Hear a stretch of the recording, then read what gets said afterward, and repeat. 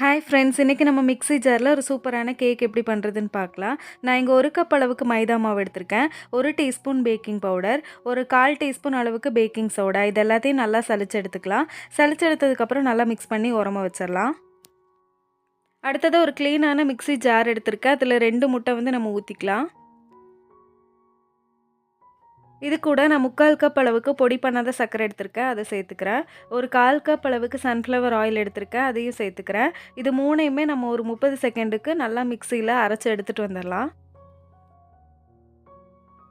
நம்ம முட்டை, சர்க்கரை, ஆயில் இது 3மே நல்லா அரைச்சி எடுத்துகிட்டு வந்தாச்சு. இப்போ இது ஒரு பவுலில் ஊற்றிக்கலாம்.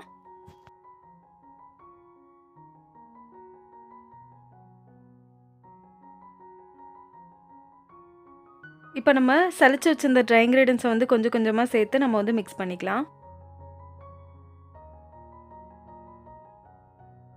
நம்ம பீட்டரில் பீட் பண்ணுற மாதிரி முட்டை நல்லா பொங்கி வந்திருக்காது. ஏன்னா நம்ம மிக்ஸியில் தான் அரைச்சி எடுத்திருக்கோம். இந்த மாதிரி கன்சிஸ்டன்சியில் தான் இருக்கும். இப்போ கொஞ்சம் கொஞ்சமாக எல்லா ட்ரை இன்க்ரீடியன்ஸையும் நான் சேர்த்துக்கிறேன்.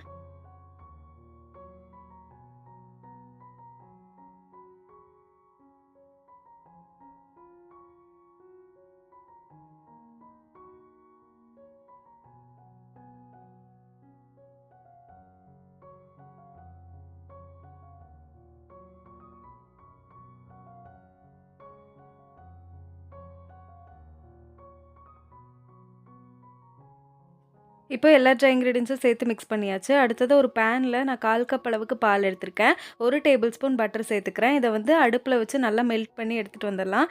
ஜஸ்ட்டு நம்ம பட்டர் உருகுனாலே போதும். அதுக்கப்புறமா அந்த மில்க் மிக்ஸை இந்த பேட்டரில் ஊற்றிக்கலாம். சூடாக இருக்கும்போது தான் நான் ஊற்றிருக்கேன். அதை நம்ம மிக்ஸ் பண்ணிக்கலாம்.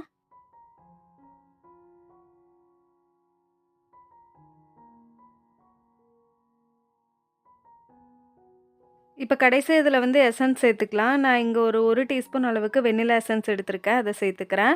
ஒரு 1/2 டீஸ்பூன் பைனாப்பிள் எசன்ஸ் எடுத்திருக்கேன், அதையும் சேர்த்து நம்ம மிக்ஸ் பண்ணிக்கலாம்.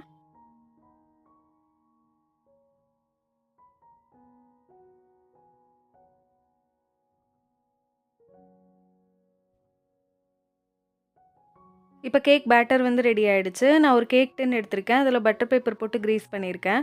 அதுக்குள்ளே ஊற்றி பேக் பண்ணி எடுத்துடலாம். ஒரு பாத்திரத்தை 10 நிமிஷம் ப்ரீ ஹீட் பண்ணி வச்சுருக்கேன்.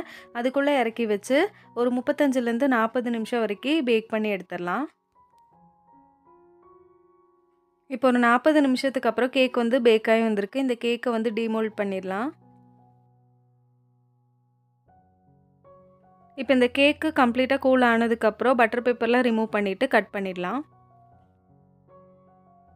இப்போ பாருங்கள் கேக் எந்த அளவுக்கு சாஃப்ட்டாக வந்திருக்கு அப்படின்னு. நம்ம பீட்டரில் பண்ணுற கேக்குக்கும் மிக்ஸியில் பண்ணுற கேக்குக்கும் டிஃப்ரென்ஸ் இருக்குது. நம்ம பீட்டரில் பண்ணும்போது கேக்குக்குள்ளே நல்லா ஒயிட் கலரில் இருக்கும். இது லைட்டாக ஒரு எல்லோயிஷ் கலரில் தான் இருக்குது. நம்ம சேனலை ஃபஸ்ட் டைம் பார்க்குறீங்கன்னா சப்ஸ்கிரைப் பண்ணிக்கோங்க. இந்த வீடியோ பிடிச்சிருந்தா லைக் கொடுங்க. அடுத்த வீடியோவில் பார்க்கலாம்.